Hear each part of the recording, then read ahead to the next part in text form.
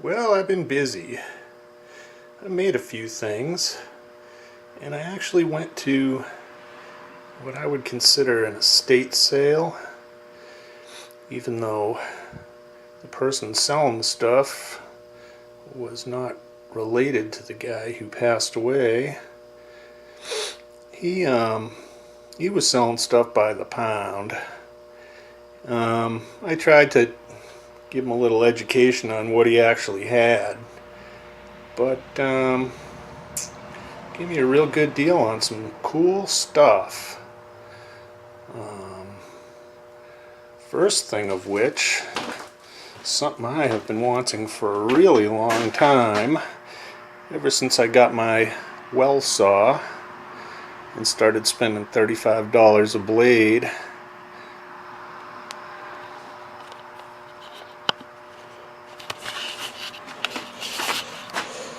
I got a blade welder, and it works awesome. It was originally a 3-phase, and somebody went in there and did stuff to it, turned it into 220 volt single phase, which works out great for me. And the only thing wrong with it was this knob had fallen off. That's not the original knob, by the way. That's one I put on there. And inside of there, there's a little shaft sticking out with a cam on it, which when the knob fell off, the shaft fell inside. So they were kind of like, yeah, it's really broken. So yeah, I went in there and took the shaft and stuck it in there and screwed the knob on, and it works, baby. Works great. So, bought myself a 100-foot roll of coil stock, and I made my first blade today. And man, I'm telling you, I think I paid. Well, I was buying bimetal blades, and they were varying, depending on the sale, anywhere from $35 to like $28 for a fairly good 10 to 14 vari tooth bimetal blade. And oh yeah, by the way, I tried welding that with this thing and it doesn't do too good. So I says, oh, I'm gonna go get me some coil stock. Well, it turns out that if you buy bimetal vari tooth 10 to 14 coil stock, it costs just about as much as the damn blades do. So I kind of decided I would buy some regular made in the USA coil stock. This is 1/2 inch, 100 feet. Let me think, what is it? 10 tooth. It's a raker tooth, and it's just carbon steel. It's not bimetal. And this welder welds it real good. And although I didn't film it because I didn't want to embarrass myself the first time trying to do this, I did actually make a blade for my saw. And it works. And it doesn't break. And it cuts metal. And it doesn't like cut crooked or anything. So like, yeah.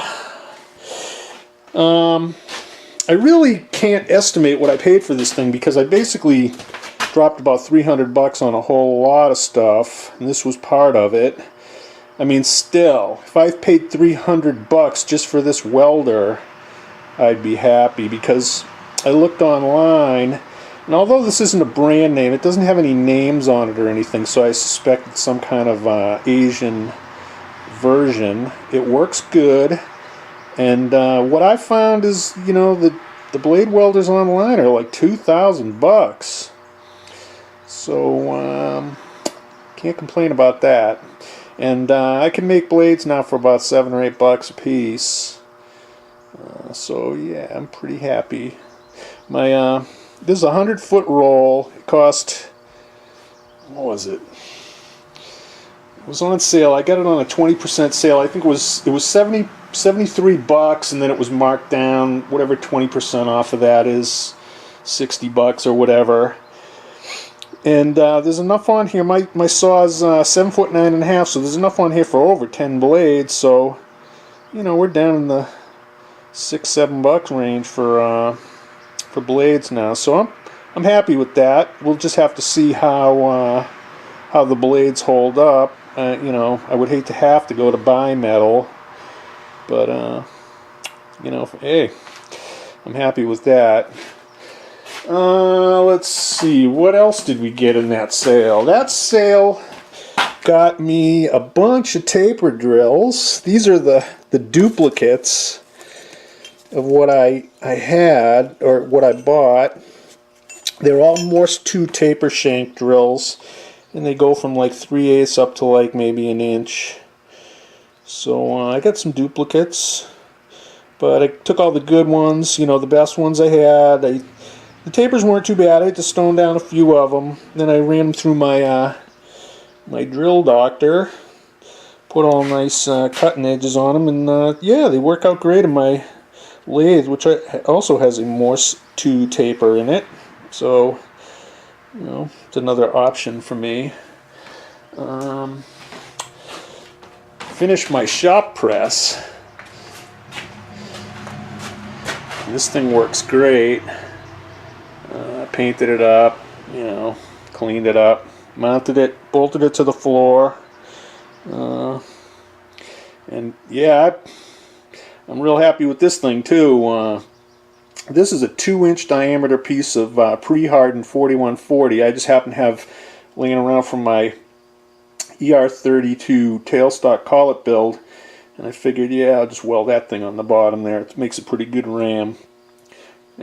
Since it's pre-hardened, you know, it's not going to mushroom out on me too much. I have put the full load on this thing, where I've basically just cranked down on it until the ram stopped moving from, you know, being over pressure, and you know, the frame took it. So I know my welds are good. You know, 20 tons I had on this thing, and it was kind of creaked a little. I think it might have creaked a little bit, you know, on this part of it, but nothing bent, nothing broke. So I'm pretty happy with that, and it's, you know, it's in here. I had to do a little rearranging to get some space for it, but in moving, I don't know if you remember, but right here I used to have a little table with the toolbox on it. Well, that little table now has my my tool grinder on it, which I bought at that estate sale, part of the $300. And I did, on the right side, you can see there's a white aluminum oxide wheel. I did end up buying that from McMaster-Carr. I figured since I got this grinder so cheap, I might as well splurge for a wheel, and unfortunately, the only 80 grit aluminum oxide wheels I could find for this thing cost $120. But I figured since I got it so cheap and it worked so good, I would, you know, spring for it and, you know, throw the wheel on there. And you know, I left the original green wheel on this side. Guess my close-up lens isn't going to work too good on this. But, you know, the guy, he had beat on it. He ground stuff on the faces of these wheels instead of the sides, and so this is the best green wheel he had on there. I have the other one, but it's beat up worse. I faced this as good as I could. And of course, you know, this thing says right on it, 6-inch tool grinder. Well, actually, it's a 5.9-inch tool grinder. So when I bought my wonderful Norton wheel for $125, it didn't fit. It didn't fit inside of the guard, which really pissed me off. What I ended up having to do is take the grinder apart, take the guard off it, and dress the, holy crap, face of this wheel right here down about 50 thousandths of an inch. And then it fit on there real good. The other thing that I did to this grinder before I even put anything into service was I took it all apart, a la the YouTube videos of Keith Fenner, and there was another guy who I can't remember who actually took this thing apart and turned the entire rotating assembly between centers. Well, I did the same thing. I took the entire rotating assembly out. I torqued the end caps on. I stuck it between centers in my lathe, and I turned the mounting plates for the wheels true. And oh yeah, they had a heck of a lot of run out. I think the right side had over 5,000s worth of run out on it. The other side was pretty good. It had, I think, about 2,000s, 2,500s, something like that. But even with that amount of run out, it wasn't too bad. But I didn't want to take a brand new wheel and dress it, you know, dress it oddball to fit what was there. So I turned down the entire rotating assembly between centers, and you know, even the ODs of them so I could balance them. And then this thing became ridiculously smooth. As a matter of fact, look at this. This isn't even bolted down now on the table. See, it's just sitting there. Yeah. Okay. And I mean, that's smooth. So, like everybody else, I can attest to the fact that the Central Machinery Chinese tool grinders, you do have to rework them. But once you do that, they are pretty amazing little devices.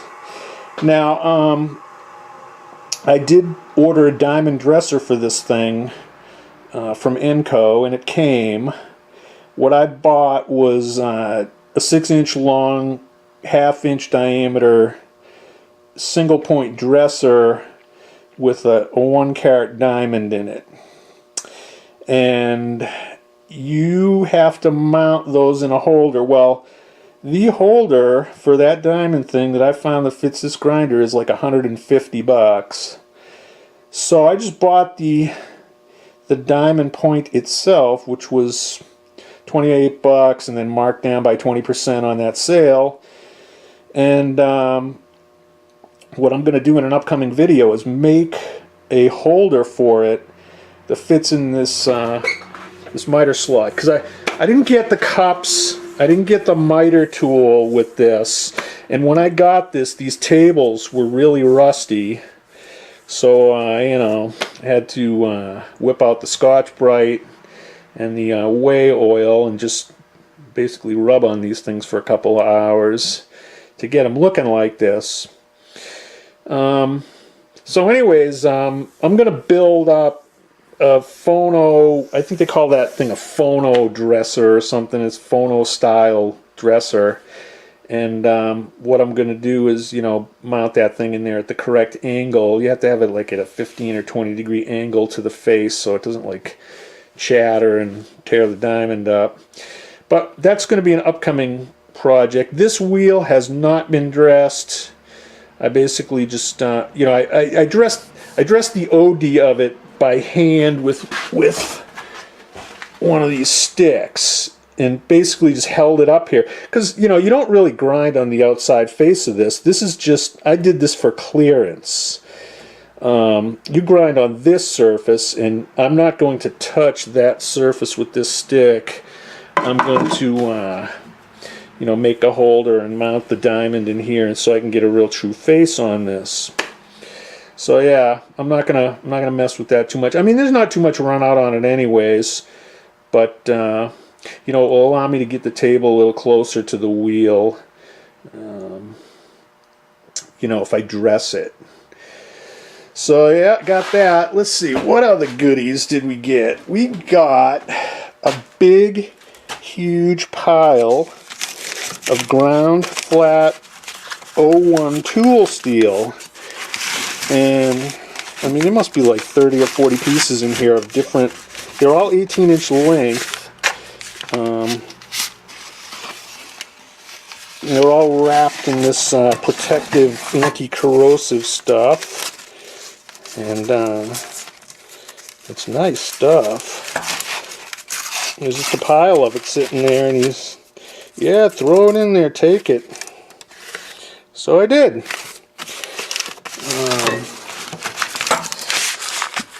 So let's see, this is an 01 tool steel from GTS. Has some, I don't know if you can see that. I have the close-up lens on this camera, but it's kind of screwing with the focus part of it. So there's the hardening instructions for it. This piece happens to be 1 inch by 5/16 by 18. There's probably 30 pieces of it here. Obviously he bought it for a project and never used it all, so now I got it. And oh yeah, one of the other things that I got, now I've thrown a couple of my reamers in here, but this plain old box, 95% of it was a box of reamers that this guy had. And they're like,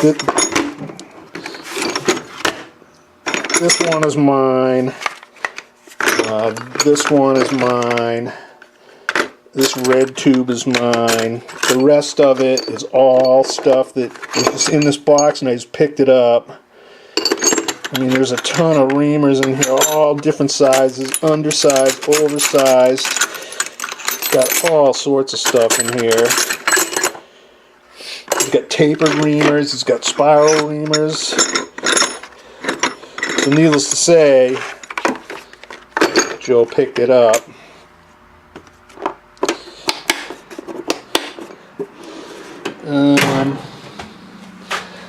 So that, you know, that's a pretty good haul for just stumbling upon a Machinist estate sale. I was pretty happy with finding that stuff. That's about it. Still been playing around with the wrong foo vertical thing. Actually, I haven't been playing with it. I've been using it. Haven't had to touch it. It's been working great. So yeah, that's a successful completion to the project, and I managed to mount my my speed control on the plate, so now I can just get to it, you know, without having to go over here where the DRO was. I decided to stick with the drill for a while just to see how it worked out. I haven't crashed the head into anything yet. It's not to say that I won't, but it definitely has plenty of torque, and the alternatives are so much more expensive. So I think I'm going to leave that on there. I have been toying with the idea of using my DeWalt derelict drill that I don't have any battery packs for anymore. So I was going to stick a car battery on the floor and wire it up to that drill. I'm not too crazy about having a car battery on the floor behind the milling machine, but right now I've decided to just stick with it the way it is, and you know, I mean, it's got plenty of torque to jack the thing up and down. I just hate using a drill for that. I got a couple extra. I got this one here that I keep with the countersink tool in it for taking care of holes, and of course I have my impact, which I use on my my drawbar. So we're getting our act together here. Oh yeah, put this now, because of all this rearranging and moving of stuff, I ended up having to put the shop back underneath the lathe, which you know, fits under there. It works okay. It doesn't get in the way. You know, we'll have to just see if we end up leaving it there. But you know, for now, that's where it ended up, because I'm going to start working on my Fairbanks Morse hit and miss engine. I've got a rotary mag on there right now, which I think has a pretty weak magnet on it, so it's kind of a hard starter. What I did last year was I basically made a little coil, and it actually was a motorcycle coil I got at Napa, and I hooked a micro switch to it that ran off the cam on this thing, and I ran the thing for a while, but you may remember in one of my other videos I was talking about doing an Arduino-based multiple spark discharge ignition for this thing based on a trinket, which is postage stamp sized microcontroller with like 2 IOs on it. So I was going to use one of the inputs as a switch input, and the other output I was going to PWM on the coil. So I moved this thing over here. This is going to be where it lives for a while now until we can get it running. Hopefully I can get it running by July, because that's when the shows start. So I'm going to start that. But yeah, so that's what's been going on in the shop lately. I haven't been doing too much filming or anything because I've been, doing stuff. Put this knob on here to let the jack up and down so I didn't have to use that handle, which is kind of nice. And this throttle here, I'm thinking of trying to turn this into like a foot pedal. I think it probably could be done. So that might be another thing we have to do. And right now I've been dragging my airline over. Yeah, that's not going to work. Over to this thing, but I think what I'm going to do is drop one down through the ceiling. This is kind of built like a house in here, where it's got an attic space above it. That's where I have my door opener is up there, and I run, my compressor is in that little room over there, so I run all the lines through the ceiling, and I'm using a Plyovic hose with hose barbs. I'm not using hardline.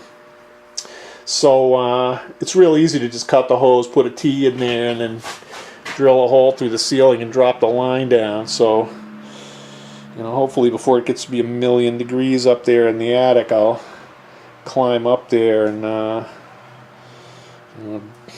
hook that up. So then I'll have a dedicated airline for this thing. I just gotta think about how I'm gonna run it, because if I make it a foot pedal, I'll probably put it on this side right here. And I think what I'll do is I'll run the airline out of the ceiling right above it and come down the post with hardline, just to make it a little neater. So I got to think about that. But yeah, this press came out great. I'm real happy with this. And like I said, the bottle jack cost like $80, and I had all the steel laying around, so that was a freebie. I probably used like 30 electrodes on the thing, welding it up. I arc welded it, stick welded it. So, $80 for a 20-ton shop press. And it's an air over hydraulic one. I'm pretty satisfied with that. So that's what's been going on in the shop. Put a new motor on the drill press. It's a little slower. The other one was 3,400 RPM. This one's 1,700. So I get a little more grunt out of the thing. I use this drill press for doing small stuff. So I keep the speed on the lowest speed I can, and that way, if I got to drill something like a 1/2 inch or 3/4 of an inch, it's not too fast for the bit with this motor on it. So this motor came off my lathe. When I put the VFD on the lathe, I had the motor from it. So just decided to change it around a little bit. It used to have a 3450 or something like that on it. It was, even on the lowest speed, it was a little too fast. So get that all done. Other than that, just making improvements slowly but surely around here.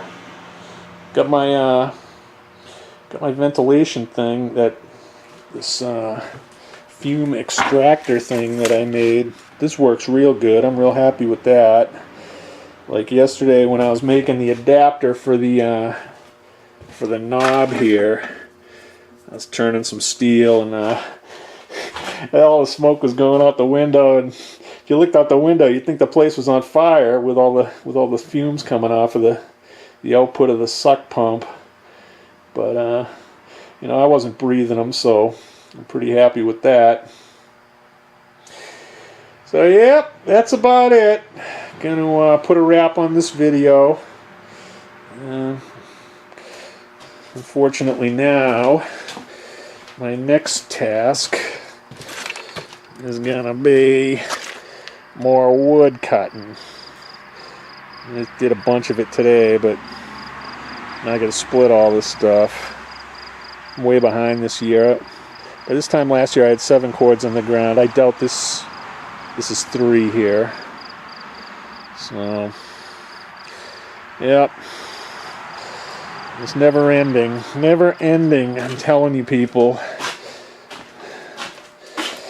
Alright. That's it from the Cup of Joe workshop.